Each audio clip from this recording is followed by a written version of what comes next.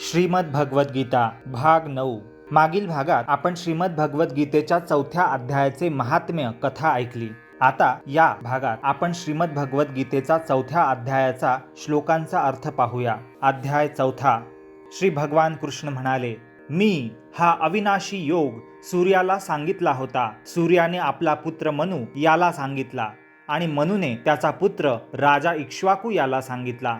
हे परमतप अर्जुना, अशा प्रकारे परंपरेने आलेला हा योग राजर्षींनी जाणला, परंतु त्यानंतर पुष्कळ काळापासून हा योग या पृथ्वीवर लुप्तप्राय झाला। तू माझा भक्त आणि प्रिय सखा आहेस, म्हणून तोच हा पुरातन योग आज मी तुला सांगितला आहे, कारण हा अतिशय उत्तम आणि रहस्यमय आहे, अर्थात गुप्त ठेवण्याजोगा आहे।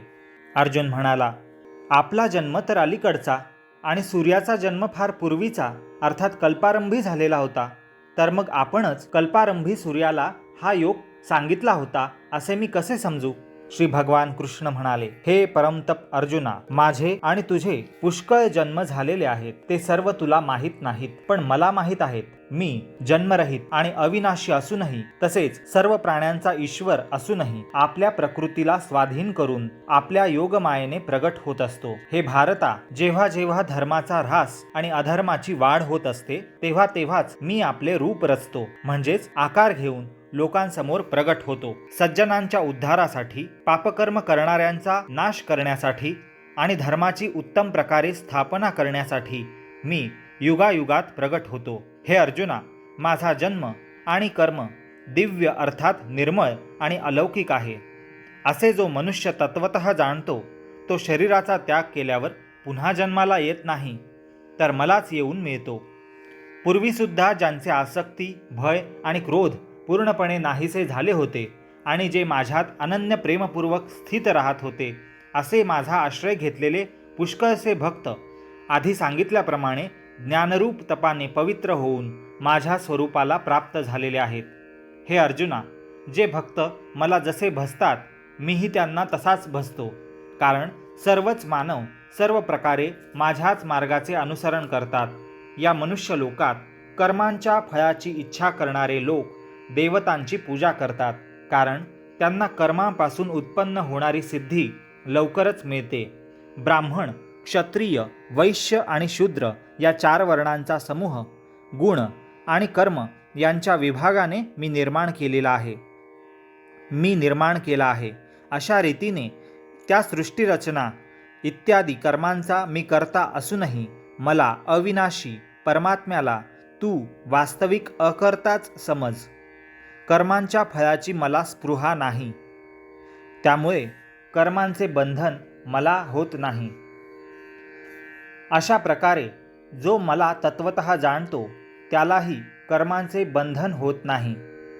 पूर्वीच्या मुमुक्षूंनी सुद्धा अशा प्रकारे जाणूनच कर्मे केली आहेत, म्हणून तूही पूर्वजांकडून नेहमीच केली जाणारी कर्मेच कर। कर्म काय व अकर्म काय याचा निर्णय करण्याच्या बाबतीत बुद्धिमान पुरुषही संभ्रमात पडतात, म्हणून ते कर्माचे तत्व मी तुला नीट समजावून सांगेन। ते कळले की तू अशुभापासून म्हणजेच कर्मबंधनातून सुटशील।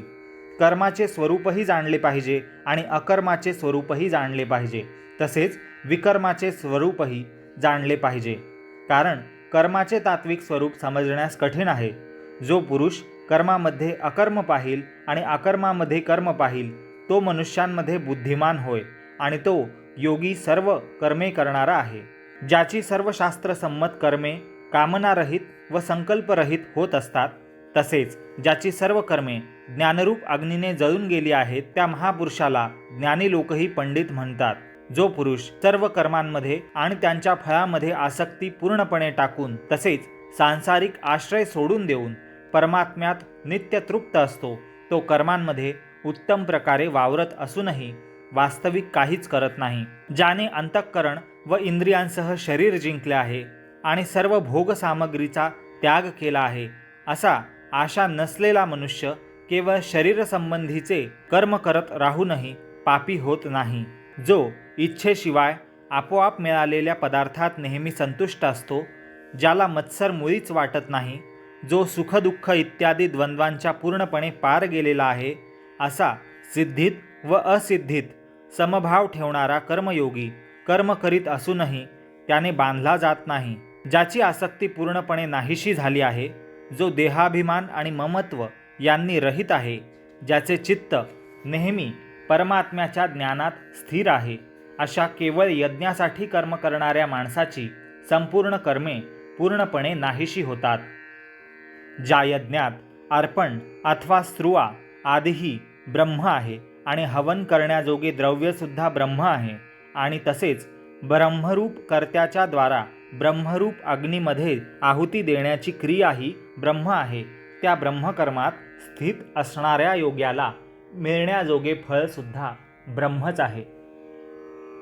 दुसरे काही योगी देवपूजारूप यज्ञाचे उत्तम प्रकारे अनुष्ठान करतात, तर इतर योगी परब्रह्म परमात्मा रूपी अग्नीत अभेद दर्शनरूप यज्ञाच्या द्वाराच आत्मारूप यज्ञाचे हवन करतात. दुसरे काही योगी कान इत्यादी इंद्रियांचे संयमरूप अग्नीत हवन करतात, तर इतर योगी शब्द इत्यादी सर्व विषयांचे इंद्रियरूप अग्नीत हवन करतात. अन्य योगी इंद्रियांच्या सर्व क्रिया आणि प्राणांच्या सर्व क्रिया यांचे ज्ञानाने प्रकाशित जो आत्मसंयोग रूप अग्नी त्यात हवन करतात. काही पुरुष द्रव्य विषयक यज्ञ करणारे असतात, काही जण तपश्चर्या रूप यज्ञ करणारे असतात, तसेच दुसरे काही जण योगरूप यज्ञ करणारे असतात. कितीतरी जण अहिंसा इत्यादी कडक व्रते पाळणारे यत्नशील पुरुष स्वाध्यायरूप ज्ञानयज्ञ करणारे असतात. अन्य काही योगीजन अपान वायूमध्ये प्राणवायूचे हवन करतात, तसेच दुसरे योगी प्राणवायूमध्ये अपान वायूचे हवन करतात. त्याचप्रमाणे इतर कितीतरी नियमित आहार घेणारे प्राणायामाविषयी तत्पर पुरुष प्राण व अपानाची गती थांबवून प्राणांचे प्राणातच हवन करत असतात. हे सर्व साधक यज्ञांच्या द्वारा पापांचा नाश करणारे आणि यज्ञ जाणणारे आहेत. हे कुरुश्रेष्ठा अर्जुना, यज्ञातून शिल्लक राहिलेल्या अमृताचा अनुभव घेणारे योगी सनातन परब्रह्म परमात्म्याला प्राप्त होतात. यज्ञ न करणाऱ्या पुरुषाला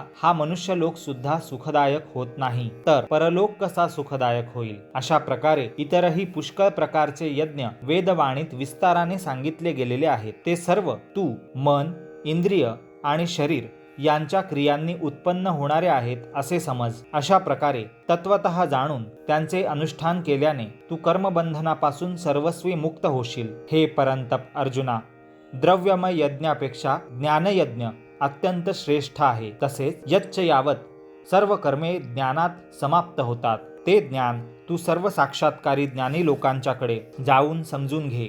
त्यांना साष्टांग नमस्कार केल्याने, त्यांची सेवा केल्याने आणि निष्कपटपणे सरळ मनाने त्यांना प्रश्न विचारल्याने परमात्मतत्व उत्तम रीतीने जाणणारे ते ज्ञानी महात्मे तुला त्या तत्वज्ञानाचा उपदेश करतील, जे जाणल्याने पुन्हा तू अशा प्रकारच्या मोहात पडणार नाहीस. तसेच हे अर्जुना, ज्या ज्ञानामुळे तू सर्व प्राणीमात्र पूर्णपणे प्रथम आपल्यात आणि नंतर मज सच्चिदानंद घन परमात्म्यात पाहशील.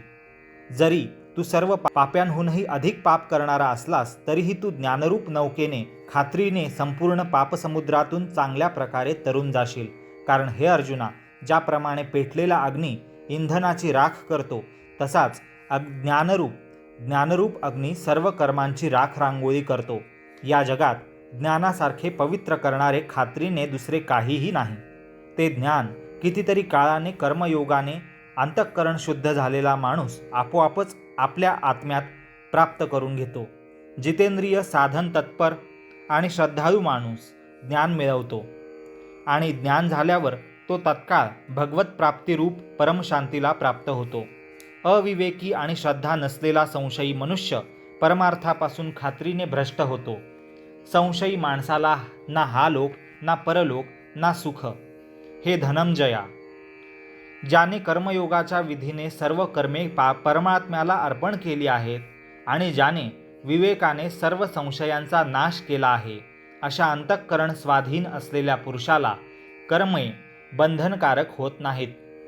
म्हणून हे भरतवंशी अर्जुना, तू हृदयात असलेल्या या अज्ञानाने उत्पन्न झालेल्या आपल्या संशयाचा विवेक ज्ञानरूप तलवारीने नाश करून समत्वरूप कर्मयोगात स्थिर रहा आणि युद्धाला उभा रहा.